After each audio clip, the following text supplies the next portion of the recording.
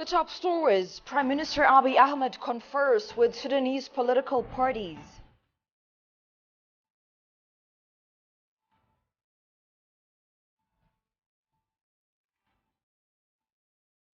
And Ethiopia recognizes 52 Ethiopian diaspora organizations.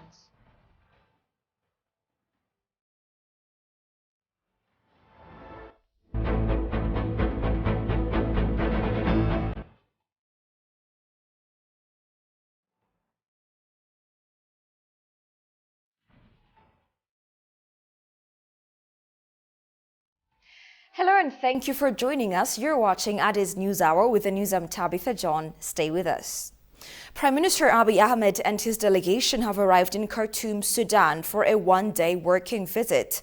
PM Abiy was received by General Abdel Fattah al-Burhan, President of the Transitional Sovereignty Council of the Republic of Sudan.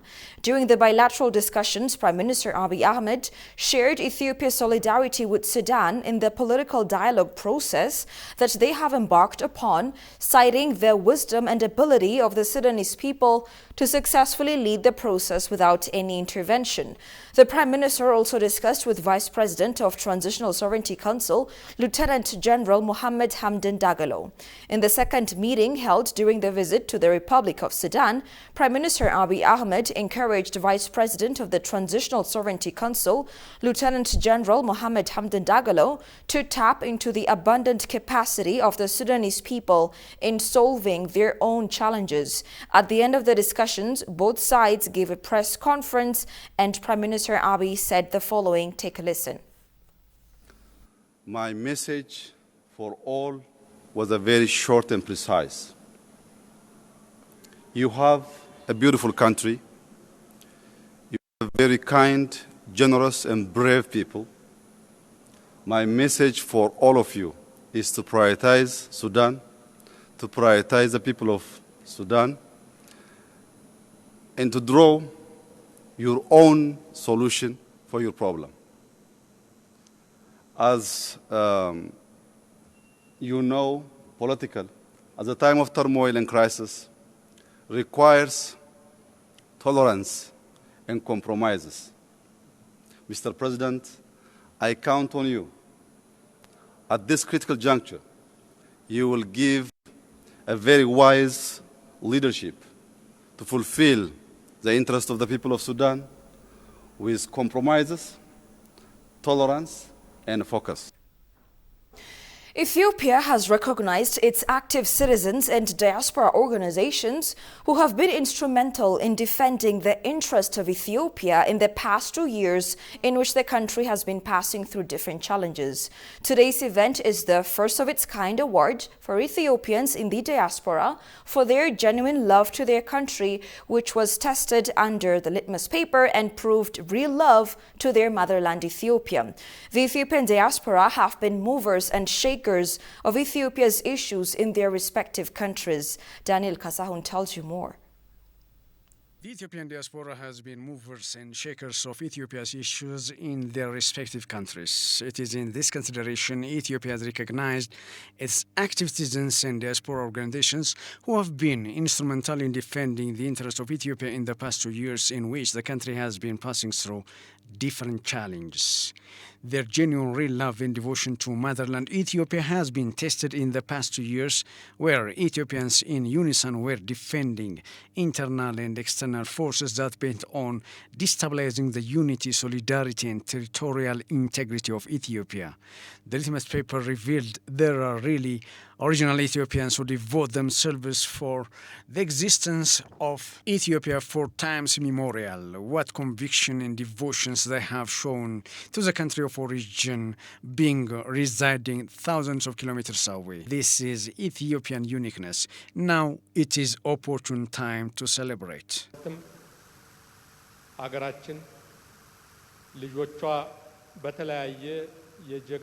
You have been exerting tools of efforts to defend the interests of Ethiopia so far. Recognizing the efforts of the Ethiopian diaspora, especially at a time when the nation faced great challenges, has multifold benefit. Defend Ethiopia Task Force across the world has a lot to say in the struggle against all odds of Ethiopia. Recognizing the efforts of the diaspora by the Ethiopian government would encourage and motivate the communities to stand united in support of the Ethiopian people and the government. The award, it said, the award motivates them to continue supporting the country in various areas, including diplomacy and advocacy, as well as being the voice of the Ethiopian people. Ethio-American candidate to the U.S. Congress and investor Michaela Adeta called to Ethiopian diaspora to participate in shaping the U.S. policy and legal frameworks to protect their country's interest. Talking to ETV's special program, Adeta stressed that Ethiopians should be actively engaged on Ethiopia's economic and social development affairs. Jerusalem Betzaha tells you the details. Ethiopians, Ethiopian origins, friends of Ethiopians and diaspora organizations are contributing significantly towards safeguarding the national interests over the past years, particularly at a time when the nation faced great challenges from Western nations and their media outlets. The contribution of the diaspora community was immense in communicating the effect of Ethiopia and Ethiopians to the world. Talking to ETV on a special program, Ethio-American candidate to the U.S. Congress, Michaela Adeta, said the diaspora community's role is remarkable. And I went to salute those Ethiopians, those fought so hard to defend Ethiopia in every, not only United States, but also in Europe and the rest of Africa, even you guys working so hard. And I can never imagine the flock of Ethiopians that came out and say, you know what, we need to defend our country. Adeta also reiterated that, apart from diplomacy and advocacy activities, Ethiopian diaspora's role on Ethiopia's economic and social developments should be scaled up. We have to stand for our country. Our country needs a lot of people, educated people, money and everything. And we have a plan to support Grand Renaissance because there is something called cost-benefit analysis after the project is completed. There is so much need to be done. So we're trying to put some researchers, as I mentioned earlier, that can support the team to continue protect the project that is on to help Ethiopian and even the rest of Africa.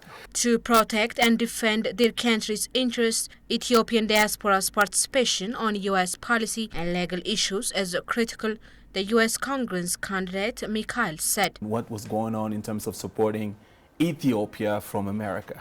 I'm Ethiopian American. What can I do either for African American or for Ethiopia? So I said, you know what, let us organize a community and then work alert the Ethiopian community what to do in terms of law. Like you said, some laws affect your family, some laws affect the country.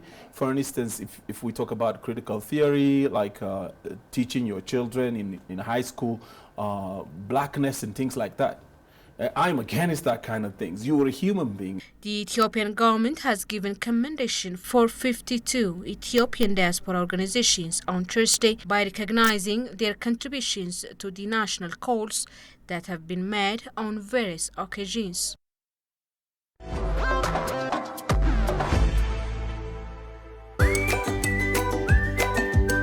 Welcome to the land of origins. Commercial Bank of Ethiopia is pleased to serve all your traveler banking needs. If you have money from any of these 16 countries, you can convert it to local currency by visiting our nearest branch. Alternatively, our secure Forex ATMs accept cash exchange, or if you prefer using your cards, we've partnered with Visa, MasterCard, and UnionPay so that you can withdraw cash from our local ATMs or make cashless transactions at thousands of local POS partners securely and with confidence.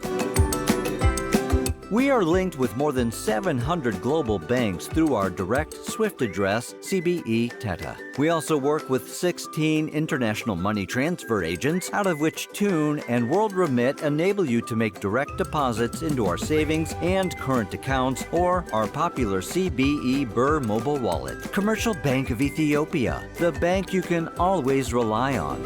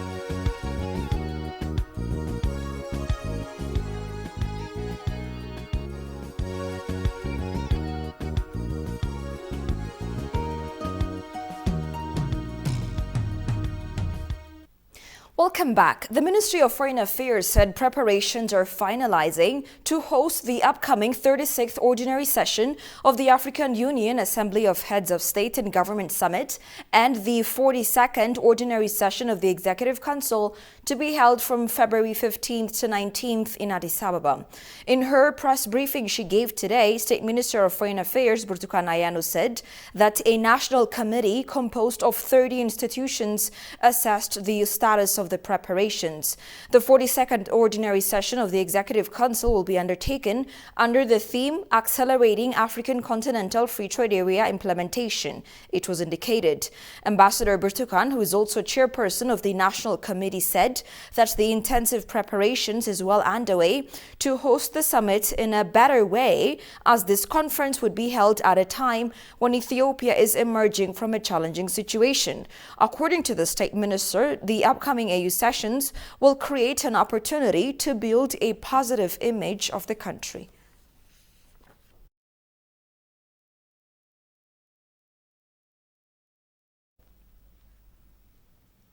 Danish Minister for Development Cooperation and Global Climate Policy, Dan Jorgensen, said his country is very much committed to support Ethiopia's move in harnessing its renewable energy resources to sustain its hard-fought gains and achieve its national development.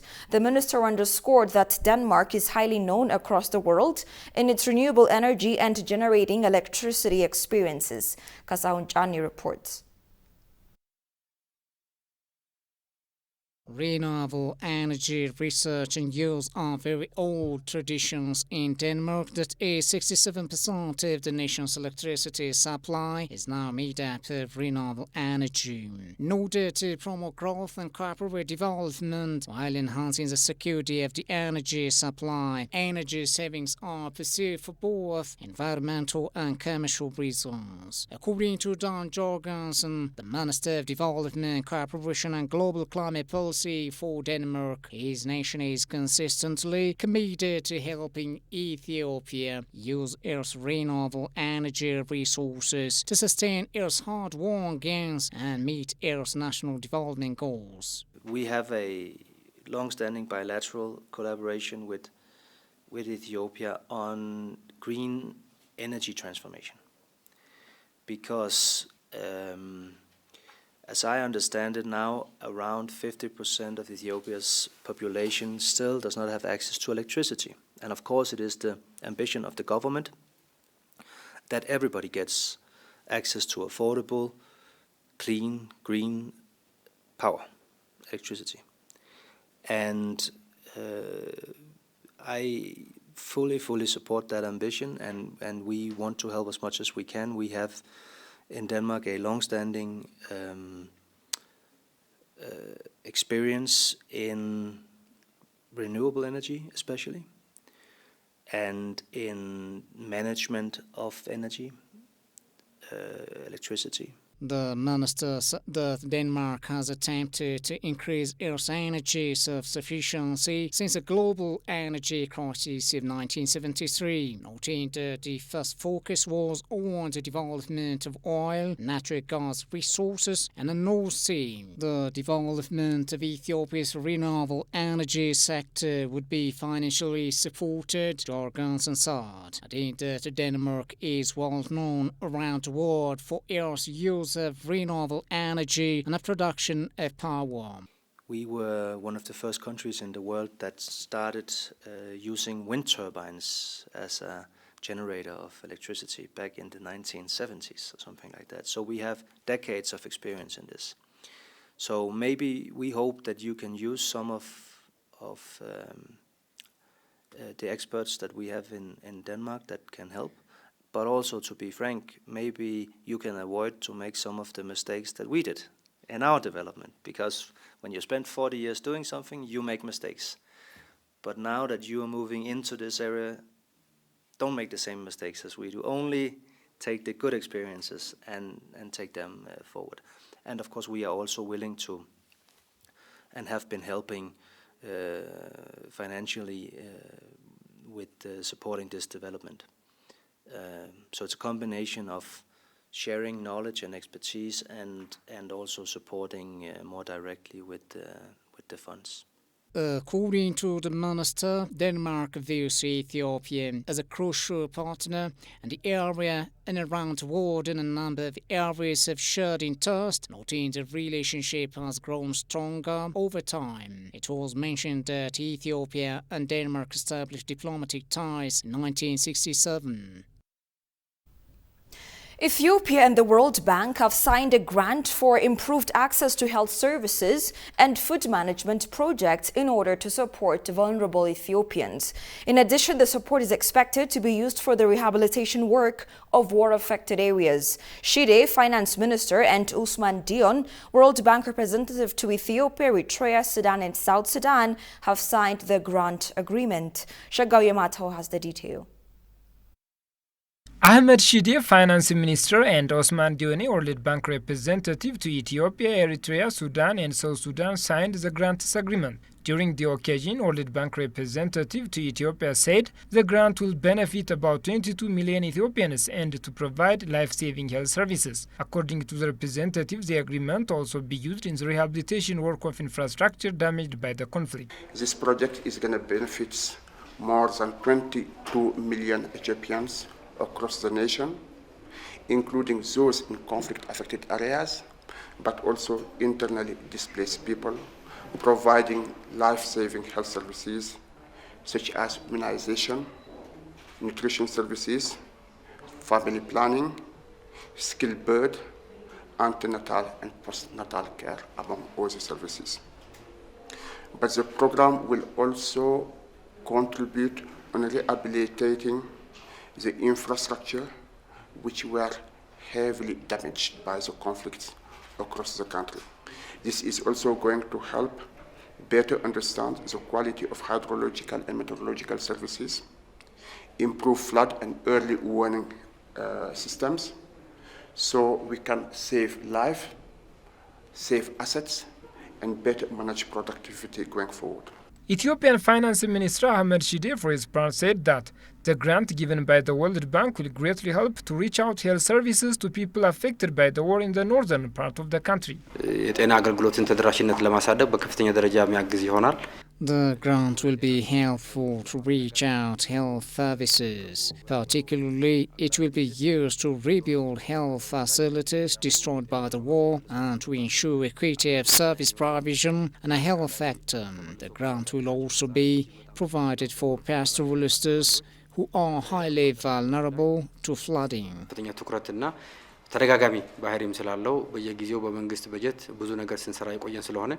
Health Minister Leah Adeta also said that the support will be significant to enhance access to quality health care. Even if we have invested a lot in terms of improving access and quality, still we have a lot of gaps. So this support will help us, this investment will help us in enhancing the access to quality health care, but also narrowing the gaps in disparities in the different parts of our communities in terms of access to quality health care. Water and Energy Minister Haftamu Itefa, for his part, underscored that the support will significantly change the life of Ethiopians. I believe this $300 million means a lot for us. It will for sure significantly change the life of our people and to make our people stable in creating resilient community to utilize our water source.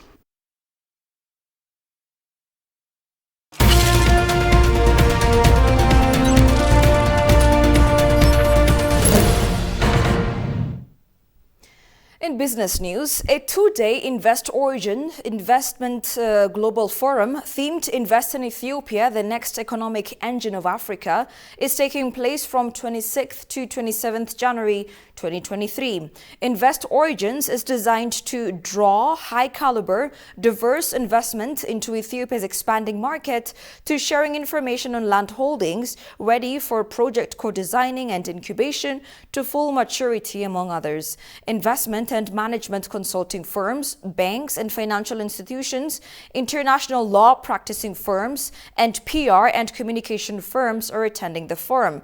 This highly anticipated forum is where high-ranking industry experts are expected to provide a unique opportunity to showcase the skill sets and institutional capacities to build confidence to those that are ready to invest in Ethiopia.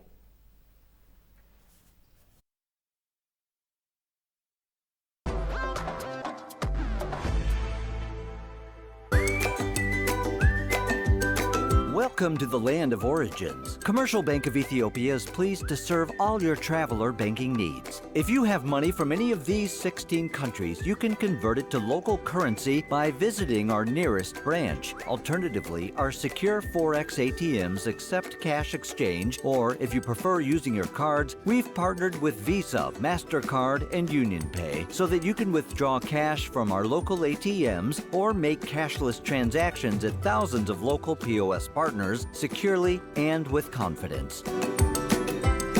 We are linked with more than 700 global banks through our direct SWIFT address, CBE Theta. We also work with 16 international money transfer agents, out of which Tune and World Remit enable you to make direct deposits into our savings and current accounts or our popular CBE Burr mobile wallet. Commercial Bank of Ethiopia, the bank you can always rely on.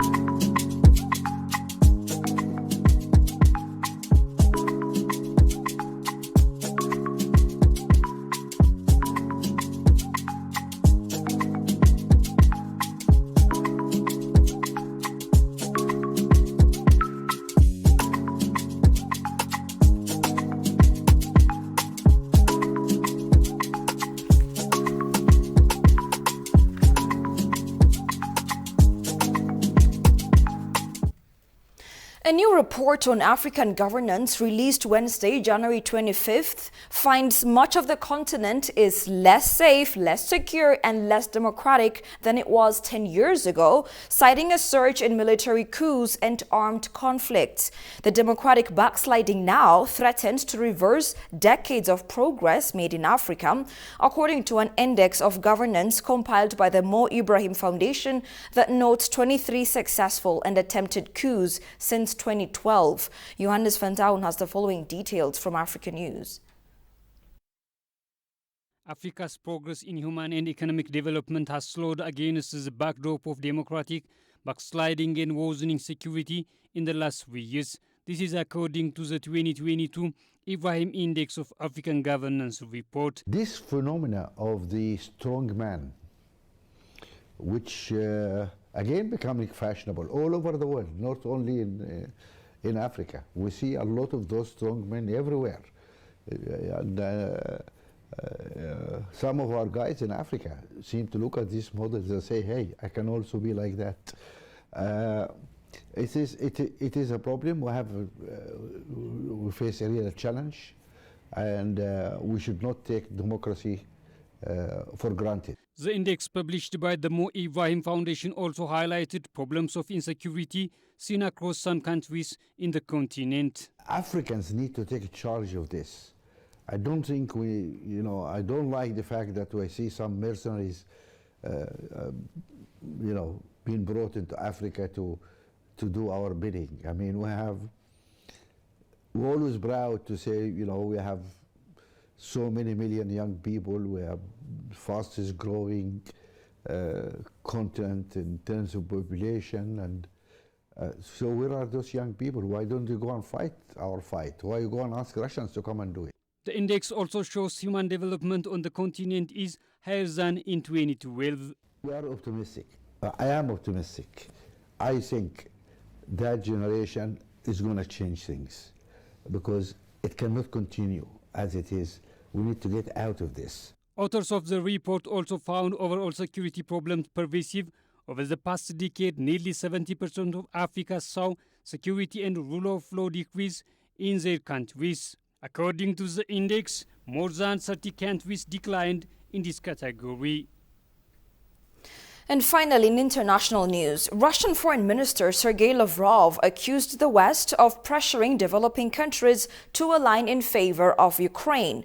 Lavrov's remarks were made in Luanda at another stage of his African tour, openly seeking international support. The war in Ukraine was the central theme of talks with the Angolan authorities, who asked Lavrov for an assessment of the situation on the ground. The head of Russian diplomacy pointed the finger at Western allies, accusing them of transforming Ukraine into the stage of a hybrid war against Russia. At the United Nations, Angola initially abstained from condemning the Russian invasion. Only in October did it vote in favor of the resolution censuring the annexation of Ukrainian territories. Earlier this month, the Angolan president appealed to Moscow to declare a definitive and unconditional ceasefire. Russia and Angola are preparing for the second bilateral summit in the history of the two countries, scheduled for April in Luanda.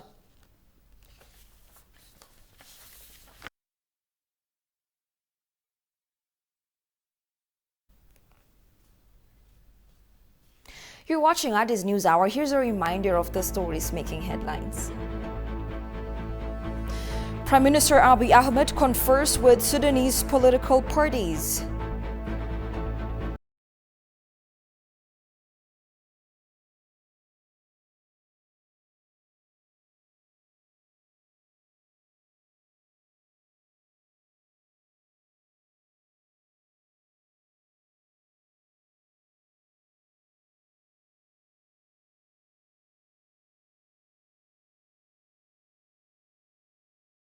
John, many thanks for watching. Have a good night and take care.